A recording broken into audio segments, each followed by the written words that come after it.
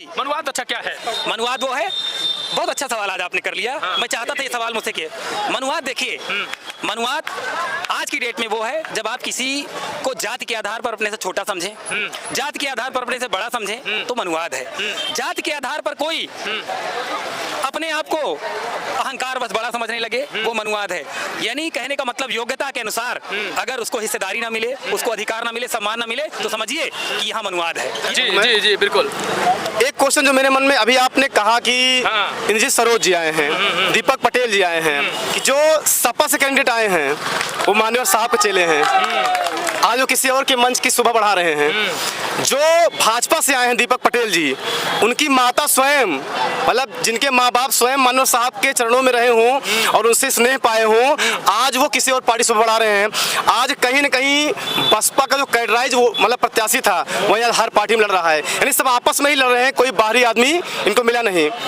और आप सोचिए, और आपने दूसरा क्वेश्चन किया, बड़ा मस्त क्वेश्चन किया कि पासी समाज जो है इंद्रजीत सरोज से प्रभावित नहीं हो रहा है। मैं बताता हूँ आपको, जब हमारे एक बहन की थाने में दुराचार से इज्जत लूटी जाती है, मैं बात कर रहा हूँ आजम, मैं जब शिकायत करने गई तो मेरे थाने में 2 दिन तक रेप किया गया और थानेदार ने कहा कि भी मन नहीं भरा, तुम आज भी आ जाओ।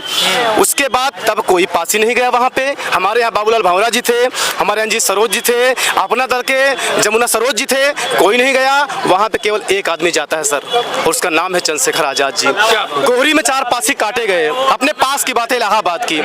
यहाँ पे सब निकट के ही नेता हैं, बड़े बड़े नेता, कोई देखने नहीं गया। जब पासी पे अत्याचार होता है तो आप नहीं आते हैं, और जब चुनाव आ जाते लगा जाते हैं।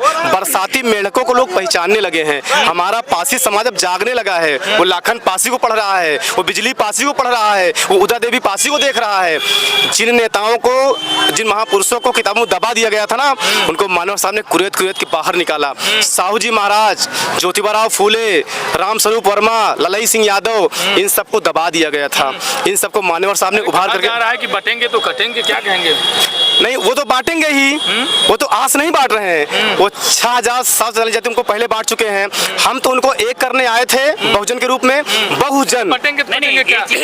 बटेंगे तो कटेंगे क्या? नहीं, इसमें मैं बोलना चाह रहा हूँ। देखिए, अगर बांटने पर इतना ही डर है तो एक कानून ले आए कि जाति लिखने और जाति बताने को कानून अपराध घोषित कर दिया जाए, तो बंटने की बात ही नहीं रहेगी। अगर आप नहीं बांटना चाहते हैं तो कोई ठाकुर ना लिख सके, कोई जो है मिश्रा ना लिखे, कोई चौबे ना लिखे, कोई दुबे ना लिखे, कोई यादव ना लिखे, कोई पटेल ना लिखे। अगर ये लिखना और बताना बंद हो जाएगा तो बंटने का सवाल ही नहीं है। तो आप पहले कानून बना दीजिए कि जाति लिखना और जाति बताना कानून अपराध होगा, देखिए कोई नहीं बटेगा। इंद्रजीत पासी है, इंद्रजीत पासी लगातार ये कहते नजर आते हैं कि हम कहीं ना कहीं, वो सपा के वरिष्ठ नेता हैं, वो कहते नजर आते हैं कि मैं जो है कहीं ना कहीं हमारा जो समाज है वो पासी समाज अब एकजुट होकर सपा को वोट करने जा रहा है। क्या कहेंगे, कैसे करेंगे, कैसे सेध लगाएंगे आप लोग अपने ही मुख्य धारा पर? सर, मैं चाहता हूं कि हमारे बड़े भैया डॉक्टर सुभाष सरोज जी, आप जो है डॉक्टर अंबेडकर नाम से अस्पताल चलाते हैं और एक न्यू लाइफ नाम से दूसरी अस्पताल आपकी चलती है। मैं चाहता हूं कि आप इसका जवाब उन्हीं से ले लीजिए, क्योंकि वो उस समाज से आते हैं। बिल्कुल। जैसा कि आपका सवाल था कि माननीय इंद्रजीत जी कहते हैं कि पूरा पासी समाज उनके साथ है, एकजुट है, लामबद्ध हो गया है। लेकिन वो इनका गफलत में है वो, क्योंकि जो चुनाव उन्होंने जीता है उस समय किसी के पास कोई नेता नहीं था, कोई ऑप्शन नहीं था, इसलिए पूरे बहुजन ने मिलके भाजपा को हराने की कोशिश में उनको वोट किया है, जिस वजह से वो जीते हैं। सच तो तब बाहर आएगा जब ये चंद्रशेखर भाई के सामने चुनाव लड़ेंगे, तब उनको समझ में आएगा कि कितना पासी, कितना एससी समाज उनके साथ है। जी बिल्कुल, जमानत जब्त होना तय है, क्योंकि उन्होंने जिस पार्टी से जीता है उस पार्टी को वोट ना चाहते हुए भी कि बीजेपी ना जीते इसलिए दिया गया है, वो उस मद में चूर है। क्या कहेंगे भाई साहब? सच्चाई यही है। क्या कहेंगे वकील साहब? जी बिल्कुल, डॉक्टर साहब की बात अक्षरशः सत्य है, इसमें कोई मिलावट नहीं है। डॉक्टर साहब ने जितनी बातें कही, एक एक बात उनकी सत्य है। पासी समाज किधर जा रहा है? पासी समाज, देखिए पासी समाज बहुत पढ़ा लिखा वर्ग है, बहुत होशियार समाज है। और अगर जी सरोज जी ये मान रहे हैं कि पासी समाज क्या कहते हैं नासमझ है, उनके कहने पर जहाँ कहेंगे वहाँ भेड़ चाल में वोट दे देगा, तो उनकी गलतफहमी है और ये गलतफहमी उनकी दूर हो जाएगी। और पासी समाज के लोग क्रांतिकारी रहे हैं। पासी समाज के लोग आज चंद्रशेखर भाई के साथ कंधे से कंधा मिलाकर चल रहे हैं। बहुजन समाज के लोग हैं और उनको पता है, संविधानवादी लोग हैं, उनको पता है कि उनको वोट कहाँ करना है। इसलिए इंद्रजीत सरोज जी जितनी जल्दी अपनी गलतफहमी दूर कर लें उतना ही अच्छा होगा। वो तो लगातार कहते हैं, नजर आते हैं कि कोई हमको पासी कहे, कोई हमें चमार के, कोई दिक्कत नहीं है, ये तो संवैधानिक शब्द है। इसमें क्या दिक्कत है?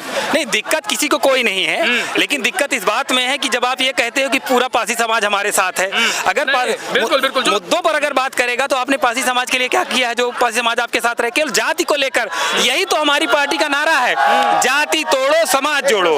हम 85% की बात करते हैं, हम पासी की बात नहीं करते हैं, पटेल की बात नहीं करते हैं, मौर्य की बात नहीं करते, हम बहुजन समाज की बात करते हैं, हम SC ST OBC की बात करते हैं। हमारे मुद्दे SC ST OBC जो संवैधानिक शब्द है हमारे लिए, हम संविधान वाले लोग हैं, तो संविधान के आधार पर ही हमारी मांग है, हमारी वही हमारा मिशन भी है, हमारा मकसद भी वही है। मतलब पासी समाज किस ओर जा रहा है, क्या लामबद्ध है, कैसे लामबद्ध है? पासी समाज बहुत जागरूक है, पासी समाज संविधानवादी है। निश्चित तौर पर जो संविधान को लेकर चल रहा है पासी समाज उसके साथ रहेगा, और चंद्रशेखर भाई को छोड़कर कोई संविधान को लेकर नहीं चल रहा है। सब के सब लोग पूरी तरह से जातिवादी राजनीति कर रहे हैं, स्वार्थवादी राजनीति कर रहे हैं, और यूं कहें कि मनुवादी राजनीति कर रहे हैं। जी, मनुवाद अच्छा क्या है? मनुवाद वो है, बहुत अच्छा सवाल आज आपने कर लिया। मैं चाहता था ये सवाल मुझसे किए। मनुवाद देखिए, मनुवाद आज की डेट में वो है जब आप किसी को जाति के आधार पर अपने से छोटा समझें, जाति के आधार पर अपने से बड़ा समझें, तो मनुवाद है। जाति के आधार पर कोई अपने आप को अहंकार बस बड़ा समझने लगे, वो मनुवाद है। यानी कहने का मतलब योग्यता के अनुसार अगर उसको हिस्सेदारी ना मिले, उसको अधिकार ना मिले, सम्मान ना मिले, तो समझिए कि यहाँ मनुवाद है, यही मनुवाद है। और मनुवाद केवल किसी जाति विशेष में नहीं है, मनुवाद हर जाति के लोगों में है।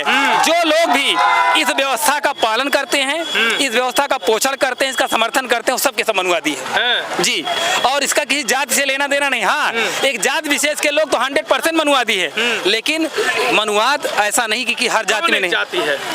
जी, अब उसका नाम मतलब कहलवाइए, बस ये जान लीजिए कि वो एक जाति है जो सिर्फ और सिर्फ मनुवाद का ही पोषण करती है। एक नारा है सर, बिल्कुल 100 में 90 शोषित हैं, शोषितों ने ललकारा है, धन धरती और राजपाट में 90 भाग हमारा है। तो जो 90 भाग कब्जा किए हैं और हैं 10%। कौन है 10%? मैं बता रहा हूँ, जो कहता है आरक्षण भीख है, वो मनुवादी है। अच्छा। जो कहता है कि हम जन्म से श्रेष्ठ हैं, हम ब्रह्मा के मुख से पैदा हुए, वो मनुवादी है। जो कहता है कि हमारा छोटा बच्चा भी पूज्य है और तुम्हारा पढ़ा लिखा एडवोकेट डॉक्टर भीमराव अम्बेडकर जैसा व्यक्ति भी पूज्य नहीं है, वो मनुवादी है। और जो ये कहता है कि यहाँ पर जो मेहनत करता है वो गरीब रहेगा, जो ये कहता है कि जो खून पसीने से कमाता है वो अछूत रहेगा, वो मनुवादी है। कौन कहता है महोदय? बहुत समझ नहीं पा रहे हैं। ये समझने की बात है, अपने आपके समाज में ये चीज फैली हुई है, हर चीज कहीं नहीं जाती पत्रकार महोदय, हर बहुत सारी चीजें समझने की होती, तो कुछ चीजें हम जनता पर छोड़ते हैं कि आप क्या समझे इससे, तो समझें, कमेंट बॉक्स में कमेंट करें, आपको फीडबैक दें कि आखिर उन लोगों ने क्या समझा इस बात से। बिल्कुल। साहब ने एक नारा दिया था, अब चूंकि आप उन बातों को कुरेद रहे हैं जो मान्यवर साहब के जमाने में हुआ करती थी, ठाकुर बनिया ब्राह्मण छोड़, ध्यान से रखिएगा, मान्यवर साहब कहते थे, बिल्कुल। ठाकुर बनिया ब्राह्मण छोड़, ये सब हैं DS4। DS4 का मतलब क्या है महोदय? दलित शोषित संघर्षशील समाज। ये मान्यवर साहब का एक संगठन था, उन्होंने DS4 बामसेफ नामक 2 संगठन बनाए।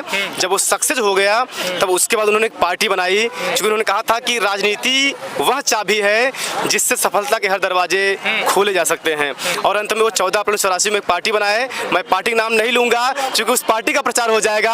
अब हम जिस पार्टी में हैं, क्योंकि जो बहुजन की बात कर रहा है अब वही समाज में राज करने वाला है। बहुत बढ़िया, और ढेर सारी शुभकामनाएं आप लोगों को, बहुत बढ़िया समय दिया, बहुत